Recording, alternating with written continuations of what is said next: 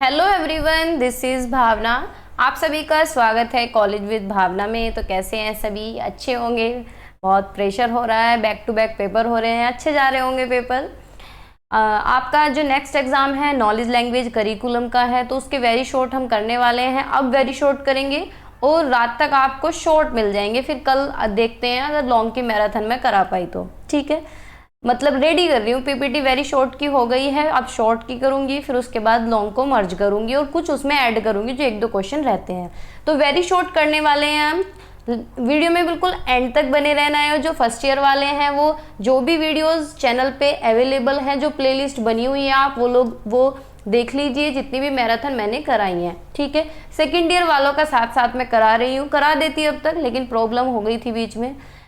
तो चलते हैं आगे। इंस्टाग्राम पे अभी मैं एक्टिव नहीं हूँ काफ़ी दिन से, तो जिन लोगों का मैं रिप्लाई नहीं कर पा रही हूँ तो आप लोग बुरा मत मानिए, थोड़ी सी प्रॉब्लम चल रही है, इस वजह से टाइम नहीं लग रहा है इंस्टाग्राम पे एक्टिव रहने का ना चलाने का, ठीक है। तो स्टार्ट करते हैं बिना देरी किए।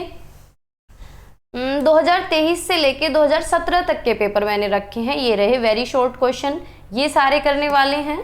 फिर 2022 के वेरी शॉर्ट करेंगे, 2021 के करेंगे, 2020 के करेंगे, 19 के करेंगे, 18, 17, ठीक है। तो चलते हैं 2017 से स्टार्ट करेंगे। क्वेश्चन नंबर फर्स्ट है basis of integrated approach of curriculum. तो इंटीग्रेटेड अप्रोच क्या होता है? देखो नाम से ही पता चल रहा है, एकीकृत दृष्टिकोण, यानी एकीकृत यानी इंटीग्रेटेड का मतलब होता है जब हम इंटीग्रेटेड चीजें अप्लाई करते हैं स्कूल में, यानी एक सब्जेक्ट को दूसरे सब्जेक्ट से रिलेट करके पढ़ाना। मतलब आप केमिस्ट्री पढ़ रहे हैं तो बायो से रिलेट करें, बायो पढ़ रहे हैं तो केमिस्ट्री से रिलेट करें, मैथ पढ़ रहे हैं तो फिजिक्स से रिलेट करके पढ़ें, मतलब पढ़ाएं बच्चे को। करिकुलम के अंदर इंटीग्रेटेड अप्रोच का यही मतलब होता है कि एक सब्जेक्ट को दूसरे सब्जेक्ट से कंबाइन करके पढ़ाओ।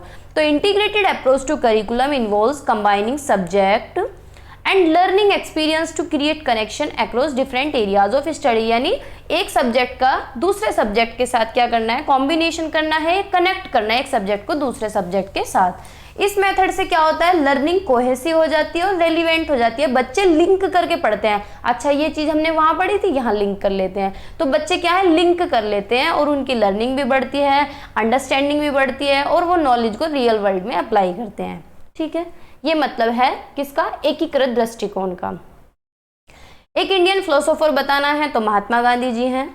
Any one method of getting education of Upanishad, यानी एक मेथड कोई भी बताना है उपनिषद का, तो एनालॉजिकल मेथड बता सकते हैं, मिथिकल मेथड बता सकते हैं। किंडरगार्टन के प्रोफाउंडर हैं फ्रेडरिक फ्रोएबल, ठीक है। दो तरह की नॉलेज बतानी है, कोई भी दो तरीके की नॉलेज बता सकते हैं, मैंने बहुत तरीके की नॉलेज लॉन्ग क्वेश्चन में कराई हुई है। तो इंडियन फिलोसोफर के अकॉर्डिंग दो तरह की नॉलेज होती है, परसेप्शन और इन्फ्रेंस। परसेप्शन यानी देख के हमने कोई भी ज्ञान ले लिया, मैंने आप लोगों को देखा, आप और ऑब्जर्व करके अपने दिमाग में कोई भी ज्ञान बना लिया कि आप अच्छे हैं, ये इस तरीके से। इन्फ्रेंस क्या होता है, अनुमान लगाना, प्रायर नॉलेज के बेस पे, यानी पहले से जो आपको नॉलेज है उसके बेस पे क्या करना, अनुमान लगाना। कोई भी एक एम बताना है साइलेंट रीडिंग का, तो साइलेंट रीडिंग क्या करती है, आपकी समझ को विकसित करती है, आप कंसंट्रेट कर पाते हैं, पढ़ पाते हैं। साइलेंट रीडिंग यानी मौन पाठन, जैसे कि मन मन में नहीं पढ़ते हम लोग, तो वो होती है साइलेंट रीडिंग। इससे हमारी समझ बढ़ती है और हम पढ़ने में कंसंट्रेट कर पाते हैं। करिकुलम का एंटाइमोलॉजिकल मीनिंग पूछा है, तो करिकुलम जो है वो किस वर्ड से ओरिजिनेट हुआ है, लेटिन वर्ड के कुरे वर्ड से हुआ है। देखो मैं तो इसे सही बताऊं तो कुरकुरे याद करके रखती हूँ हमेशा, जब भी आज तक कहीं आया है एमएड में, हर बार, मतलब करिकुलम ऐसा टॉपिक है कि आप एजुकेशन के अगर फील्ड में है तो सब जगह मिलेगा, तो इसे ध्यान रखें कुरकुरे वर्ड से। तो ये लेटिन वर्ड कुरकुरे से आया है, जिसका मतलब है टू रन और रन वे और रेस कोर्स, यानी कोर्स को रन करना किसी भी इंस्टीट्यूशन, कॉलेज, यूनिवर्सिटी के अंदर। कोई भी एक फाउंडेशन या बेसिस ऑफ करिकुलम बताना है, तो बेसिस ऑफ करिकुलम हमने पढ़े हुए हैं, philosophical basis of curriculum, psychological foundation of curriculum, sociological है, पॉलिटिकल है,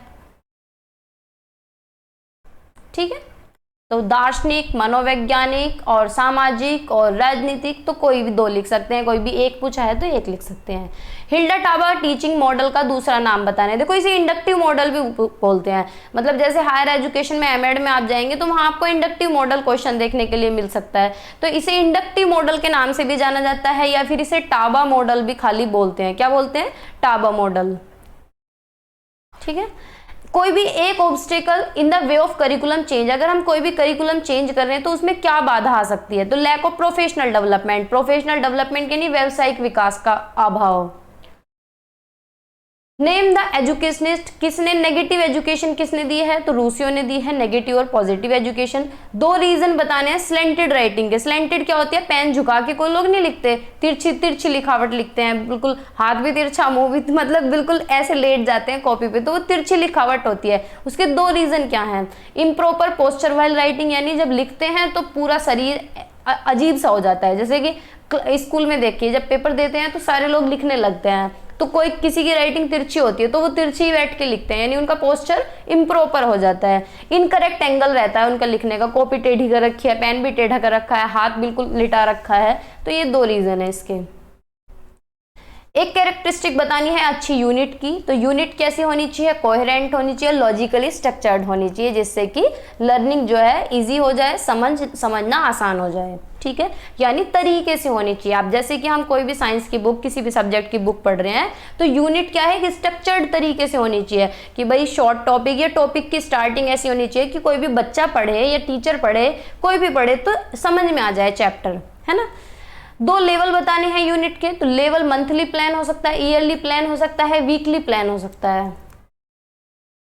point the difference between fusion and integration in curriculum, fusion और एकीकरण के बीच एक बिंदु का अंदर बताइए। तो फ्यूजन क्या होता है, multiple subject into single course, यानी एक कोर्स में मल्टीपल सब्जेक्ट होना, ठीक है, जैसे कि बीएड कोर्स है, बीएड में क्या है, मल्टीपल सब्जेक्ट है, तो फ्यूजन हुआ। इंटीग्रेशन क्या होता है, इंटीग्रेशन होता है कनेक्ट, एक सब्जेक्ट को दूसरे सब्जेक्ट से कनेक्ट करना, जैसे कि मैं आपको नॉलेज लैंग्वेज करिकुलम पढ़ा रही हूँ, तो मैं आपको बोलूँ कि क्रिएटिंग इंक्लूसिव स्कूल में भी करिकुलम का थोड़ा सा पार्ट है, या फिर गांधी जी नई तालीम में भी करिकुलम का थोड़ा सा पार्ट है, तो ये क्या हुआ, इंटीग्रेशन हुआ। और फ्यूजन क्या होता है, मल्टीपल सब्जेक्ट किसी भी एक ही कोर्स में, ठीक है। Name the philosophy that believes in experiment based curriculum, यानी को एक फिलॉसफी पूछी, एक दर्शन का नाम पूछा है, एक दर्शन के नाम बताइए जो प्रयोग आधारित पाठ्यक्रम में विश्वास करता है, तो कौन है, प्रेग्मेटिज्म है। और अगर फिलोसोफर पूछा जाए तो क्या लिखेंगे, जॉन डुई, ठीक है, फिलोसोफर पूछा जाए तो जॉन डुई लिखेंगे। फिलॉसफी पूछी गई कि ऐसी कौन सी फिलॉसफी है जो एक्सपेरिमेंट बेस्ड करिकुलम में विश्वास रखती है, तो प्रेग्मेटिज्म है। How many factors are included in the OVAS silent reading test? State one numerical value, देखो ये गूगल से फाइंड आउट किया है, इसका 3 आंसर है और कंफर्म का पता नहीं, और वैसे भी ये क्वेश्चन अब तक रिपीट नहीं हुआ है, ठीक है।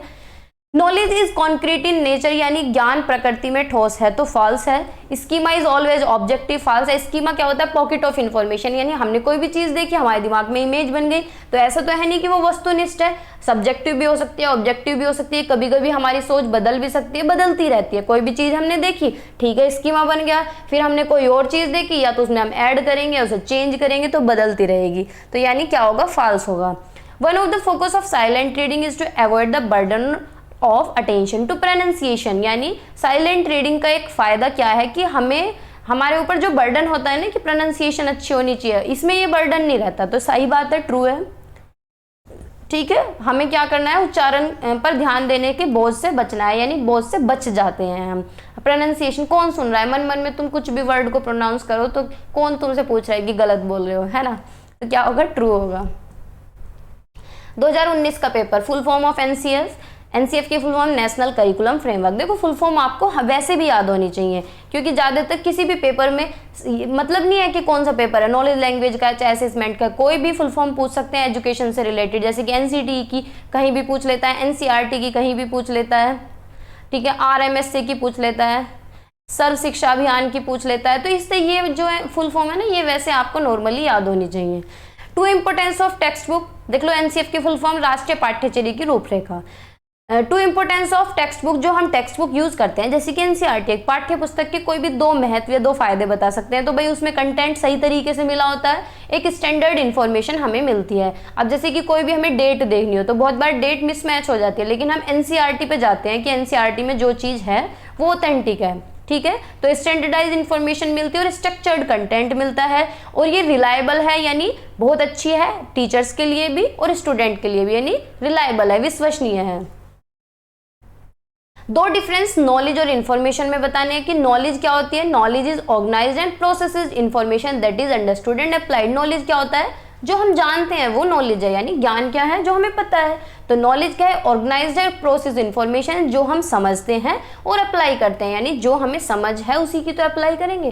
भाई जो आपको ज्ञान है उसी को तो लगाते हैं कहीं ना कहीं। लेकिन इन्फॉर्मेशन क्या होता है, इन्फॉर्मेशन रॉ डेटा होता है। कोई भी किसी की बात सुनी वो इन्फॉर्मेशन हो गई, तो ये क्या है, रॉ डेटा है। एंड फैक्ट है, विदाउट कंटेक्स्ट और एप्लीकेशन, बिना अप्लाई किए जो भी इन्फॉर्मेशन बातचीत हम करते हैं वो इन्फॉर्मेशन है।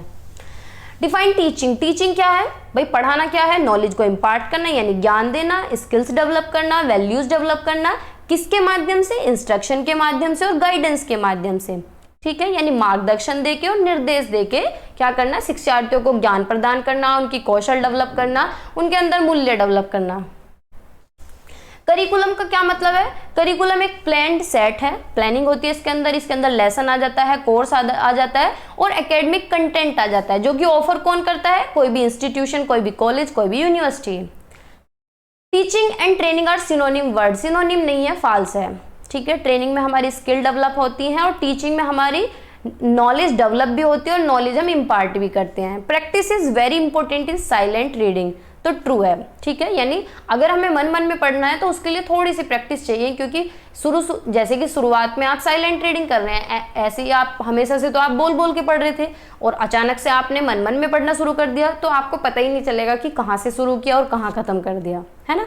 तो थोड़ी सी प्रैक्टिस आप लोगों को चाहिए, आपको मतलब आपको नहीं, इन द सेंस मैं समझा रही हूँ। Subject centred curriculum is a traditional curriculum, subject centred curriculum जो है ये क्या है, ट्रेडिशनल करिकुलम है, क्योंकि पहले के टाइम पे फोकस सब्जेक्ट पे रहता था। लेकिन आज के टाइम का करिकुलम कैसा है, चाइल्ड सेंटर्ड है, कैसा है, चाइल्ड सेंटर्ड है। डाइट का मतलब क्या है, डाइट की फुल फॉर्म पूछी हुई है, district institute of education and training, याद रखेंगे ना, जिला बेसिक शिक्षा संस्थान। Present curriculum is narrow and examination centred, यानी आज का जो करिकुलम है वो कैसा है, नैरो है, संकीर्ण है और एग्जामिनेशन बेस्ड है। तो सही बात है, ये अभी कोई चेंज नहीं हुआ, अभी तो वही चल रहा है। टू सोर्सेज ऑफ इंफॉर्मेशन, कोई भी दो स्रोत बताने हैं कि हम इंफॉर्मेशन कैसे लेते हैं, तो बुक्स से लेते हैं, इंटरनेट से लेते हैं, मीडिया के थ्रू ले सकते हैं, न्यूज़पेपर के थ्रू ले सकते हैं। तो इसका कोई ऐसा, देखो ये जो एक नंबर के क्वेश्चन होते हैं ना, इनका कोई सटीक आंसर नहीं होता कि यही होगा, ठीक है। How many types of language are there, language के कितने टाइप्स है, वैसे तो बहुत सारे हैं, लेकिन अगर मोटे तौर पे देखे जाए तो 3 है, यानी ओरल, स्पोकन, रिटन और साइन लैंग्वेज, यानी हम लिख के बता सकते हैं अपनी बात को, बोल के बता सकते हैं और इशारों में बता सकते हैं। फोनोलॉजी क्या होती है, साउंड की स्टडी, साउंड की स्टडी लैंग्वेज के अंदर, यानी हम कुछ भी बोल रहे हैं। फिनीम क्या होती है, साउंड होती है, ठीक है। Need for listening in the classroom, classroom में हमें क्यों सुनना चाहिए, क्लासरूम में टीचर पढ़ा रहा है, कोई भी बात चल रही है या बताया जा रहा है, तो हमें क्यों सुनना चाहिए, जिससे कि हमें याद करने की हमारी जो पावर है वो बढ़ जाए, यानी समझ और धारणा को बढ़ाता है, हम चीज़ों को समझ लेते हैं और धारण कर लेते हैं। और facilitate effective communication and engagement, यानी प्रभावी संचार और जुड़ाव की सुविधा प्रदान करते हैं, यानी बच्चे एंगेज होते हैं, पढ़ते हैं और कम्युनिकेशन अच्छी होती है। दो क्वालिटी बतानी है टीचर की, तो टीचर की क्या क्वालिटी होनी चाहिए भाई, सब्जेक्ट में एक्सपर्ट होना चाहिए, पेशेंस होना चाहिए, फ्रेंडली बिहेवियर उसका होना चाहिए, अच्छी पर्सनैलिटी होना चाहिए, फिजिकल मेंटल हेल्दी डेवलपमेंट होना चाहिए, मतलब बहुत सारे पॉइंट हैं, कोई भी 2 पॉइंट लिख सकते हैं। Hilda Taba model is related to 1959, true है। It is impossible to integrate all subject, it is impossible, देखो सही बात है, क्या हम सारे सब्जेक्ट को एक दूसरे के साथ जोड़ के पढ़ सकते हैं, तो 1-2 सब्जेक्ट जोड़े जा सकते हैं, लेकिन सारे सब्जेक्ट को जोड़ना इम्पॉसिबल हो जाता है ना, तो ट्रू है। There is a close relationship between objective of education and curriculum, यानी शिक्षा के उद्देश्य और पाठ्यक्रम के बीच घनिष्ठ संबंध है, तो ट्रू है, ठीक है भाई। एजुकेशन के ऑब्जेक्टिव भी क्या होते हैं कि हमें नॉलेज मिलती है, स्किल्स डेवलप होते हैं, करिकुलम के भी तो मिलते जुलते हैं, इनका रिलेशन क्या है, एक दूसरे से बहुत ही क्लोज है, तो ट्रू आएगा। डिक्टेशन का मतलब प्रोनाउंसिएशन कभी भी नहीं होता, तो फॉल्स है, ठीक है। Ancient language of India is Hindi, false है, क्या है, संस्कृत है। 2021 के देख लो। एक्सियोलॉजी क्या होती है, एक्सियोलॉजी ब्रांच ऑफ फिलॉसफी, यानी फिलॉसफी की ब्रांच है जिसके अंदर हम वैल्यूज के बारे में पढ़ते हैं, मूल्यों के बारे में पढ़ते हैं, सौंदर्य शास्त्र के बारे में पढ़ते हैं और नैतिकता के बारे में पढ़ते हैं। नॉलेज और स्किल में क्या डिफरेंस है? देखो ये क्वेश्चन बार बार पूछा जा रहा है, नॉलेज और स्किल का, नॉलेज और इंफॉर्मेशन का, तो ये ध्यान में रखना है ना। तो नॉलेज क्या होता है? जो हम जानते हैं, व्हाट वी नो। तो नॉलेज यानी अंडरस्टैंडिंग और इन्फॉर्मेशन किसी भी सब्जेक्ट के बारे में, कुछ भी, कोई भी आप लाइन लिख सकते हैं नॉलेज से रिलेटेड, जो हम जानते हैं, जो हम पढ़ते हैं, जो हम गेन करते हैं, किसी सब्जेक्ट के बारे में नॉलेज, किसी सब्जेक्ट के बारे में जानना, इन्फॉर्मेशन लेना, समझ विकसित करना, वो भी नॉलेज कहलाती है। ठीक है। स्किल क्या होती है? Skill ability to perform task, कोई भी टास्क को करने की जो हमारी योग्यता है, या फिर जो नॉलेज हम अप्लाई कर रहे हैं, किसमें? प्रैक्टिकली।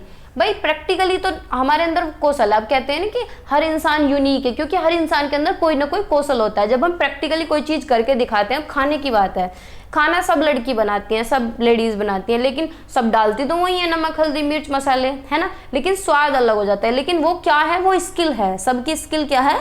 अलग अलग है। लाउड रीडिंग क्या होती है? तेज तेज पढ़ना। तो loud reading involve reading text allowed, यानी तेज पढ़ना किसी भी टेक्स्ट को, जिससे हमारी प्रोनाउंसिएशन अच्छी होती है, यानी उच्चारण, हमारी फ्लुएंसी अच्छी होती है, और कॉम्प्रिहेंशन, हमारी समझ विकसित होती है। बाल केंद्रित पाठ्यक्रम या चाइल्ड सेंटर्ड करिकुलम क्या होता है? भाई चाइल्ड सेंटर्ड यानी बच्चे को केंद्र में रखा गया, बाल केंद्रित यानी बच्चे पे फोकस होता है, उसकी नीड्स पे फोकस होता है, उसके इंटरेस्ट पे फोकस होता है, उसकी जरूरत क्या है, उसकी रुचि क्या है, उसकी योग्यता क्या है। ठीक है, यानी बच्चे को पूरी तरीके से प्रायोरिटी दी जाती है। और allowing them to take an active role in learning process, और बच्चे को अलो किया जाता है कि वो अपना एक्टिव रोल निभाए क्लास के अंदर या जहां भी जो भी पढ़ाया जा रहा है। ठीक है।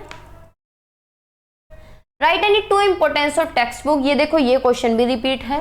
टेक्स्ट बुक की कोई भी दो इंपोर्टेंस बतानी है, तो इसमें जो कंटेंट होता है वो स्ट्रक्चर्ड होता है, कंसिस्टेंस होता है, और ये एक तरीके से गाइड का काम करती है, टीचर के लिए भी, स्टूडेंट के लिए भी। ठीक है। करिकुलम क्या है? ऑब्जेक्टिव सेंटर्ड है, ट्रू है। स्कीमा इज ऑलवेज ऑब्जेक्टिव, ये क्वेश्चन भी रिपीट है, तो फॉल्स है। एनसीएफ की फुल फॉर्म, ये भी रिपीट है, नेशनल करिकुलम फ्रेमवर्क। देखो एक जगह डेफिनेशन पूछ ली और एक जगह ये पूछ लिया कि ट्रू है, फॉल्स है। Nature of knowledge is abstract, ये भी शायद रिपीटेड है, ट्रू।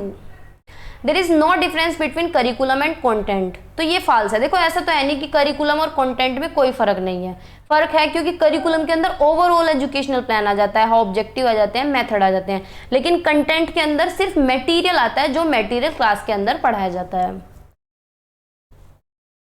2022 के मीनिंग ऑफ लैंग्वेज, लैंग्वेज क्या है? System of symbol sound and rules use for communication, यानी संचार में जिन चीजों का हम यूज करते हैं, सिंबल्स का यूज करते हैं, साउंड का यूज करते हैं, रूल का यूज करते हैं, यानी प्रतीकों, ध्वनि और नियम की एक प्रणाली है। ठीक है। One model of curriculum construction, तो कोई भी एक मॉडल बता सकते हैं, टेलर मॉडल बता सकते हैं, हिल्डा टाबा मॉडल बता सकते हैं, हिल्डा टाबा मॉडल। ठीक है। One source of knowledge, knowledge के क्या सोर्सेज हो सकते हैं? तो हम सेंसेस के द्वारा भी नॉलेज लेते हैं, यानी इंद्रियों के द्वारा, परसेप्शन के द्वारा, ऑब्जर्वेशन के द्वारा, रीजनिंग के द्वारा, कोई भी एक पॉइंट लिख सकते हैं।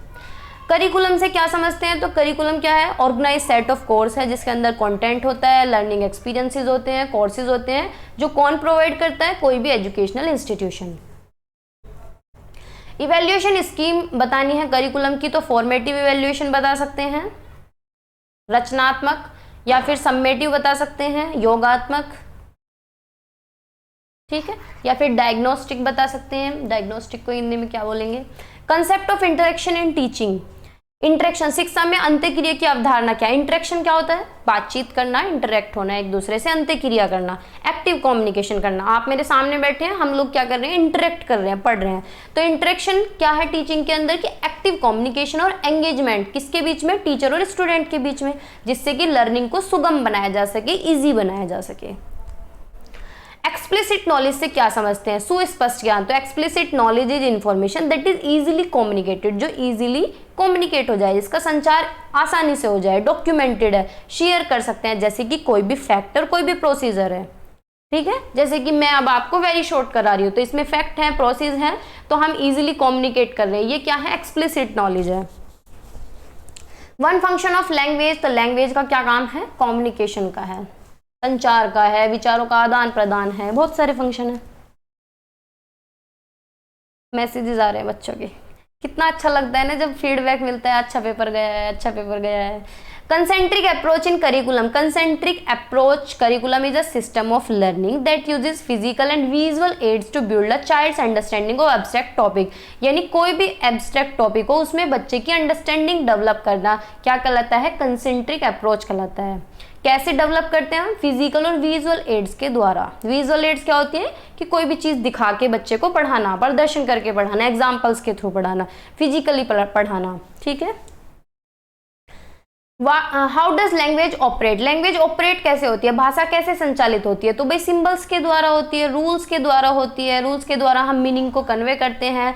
कम्युनिकेशन फैसिलिटेट और एक्सप्रेस थॉट एंड इमोशन, यानी भाषा क्या है? अर्थ बताने, संचार को सुविधाजनक बनाने और विचारों और भावनाओं को व्यक्त करने के लिए प्रतीकों यानी सिंबल्स और नियमों के उपयोग के माध्यम से संचालित होती है।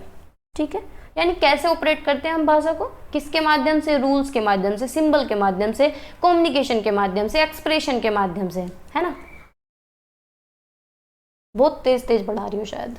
What do you understand by knowledge? Knowledge से क्या समझते हैं? तो नॉलेज क्या है? ज्ञान है, अंडरस्टैंडिंग है, समझ है। जो हम जानते हैं वो नॉलेज है। जिस चीज को लेके हम अवेयर हैं वो नॉलेज है। और हम लेते कैसे हैं नॉलेज? एजुकेशन के द्वारा, एक्सपीरियंस अनुभव के द्वारा और सीख के, लर्निंग के द्वारा। कोई भी एक सोर्स बताना है नॉलेज का तो एक्सपीरियंस बता सकते हैं। ठीक है, अनुभव। यानी नॉलेज हमें मिलती कैसे है? ज्ञान हमें कैसे मिलता है? तो अनुभव से मिलता है। और भी बता सकते हैं, सेंसेस से मिलता है। What do you mean by tacit knowledge? यानी मौन ज्ञान क्या है? ट्रेसिट नॉलेज जो है, देखो सिंपल, पहले डेफिनेशन पढ़ने से पहले मैं बताती हूँ। जिस ज्ञान को हम इजीली शेयर नहीं कर पाते, बहुत सारी चीजें ऐसी होती है कि आपको पता होती है लेकिन आपको समझाने नहीं आ रही है ना। बहुत सारी स्किल आप जानते हैं लेकिन आप दूसरे को नहीं सिखा सकते, तो वो क्या होती है? ट्रेसिट नॉलेज होती है। तो ट्रेसिट नॉलेज क्या है? पर्सनल है, कंटेक्स्ट स्पेसिफिक है और डिफिकल्ट है कि हम उसे कम्युनिकेट नहीं कर सकते फॉर्मली तरीके से। जैसे कि कोई भी कला हो सकती है और कोई भी चीज जो आप जानते हैं, है ना। वन कंपोनेंट ऑफ लैंग्वेज, कोई भी एक कंपोनेंट बता दो। सिंटैक्स क्या होता है? वाक्य विन्यास, यानी शब्दों को जोड़ के सेंटेंस बनाना। फोनोलॉजी, साउंड से रिलेटेड। ठीक है। Morphology, semantics. ठीक है, ये कंपोनेंट है किसके? लैंग्वेज के।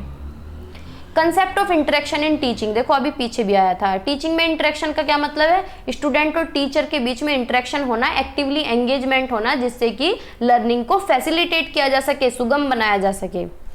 Interaction in teaching refer to the dynamic exchange between teacher and student that enhances the learning process through discussion, feedback and engagement. ठीक है।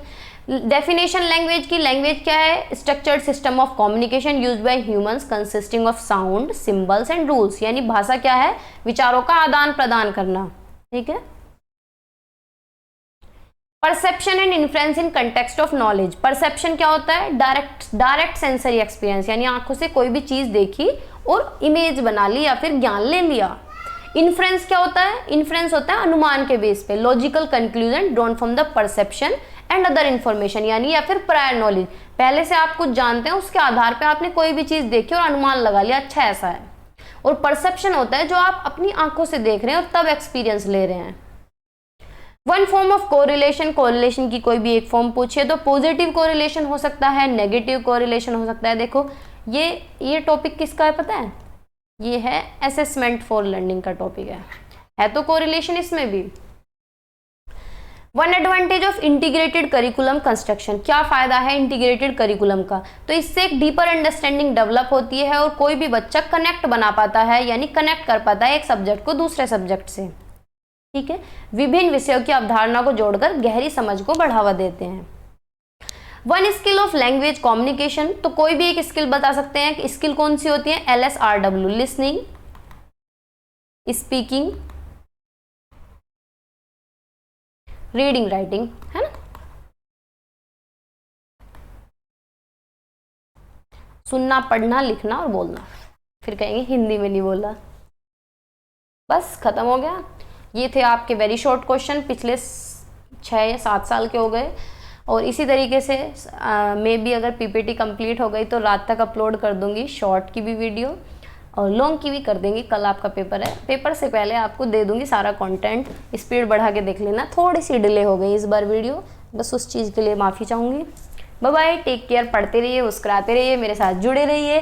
चैनल पे नए हो तो लाइक शेयर कर सकते हैं, सब्सक्राइब भी कर सकते हैं। Bye bye.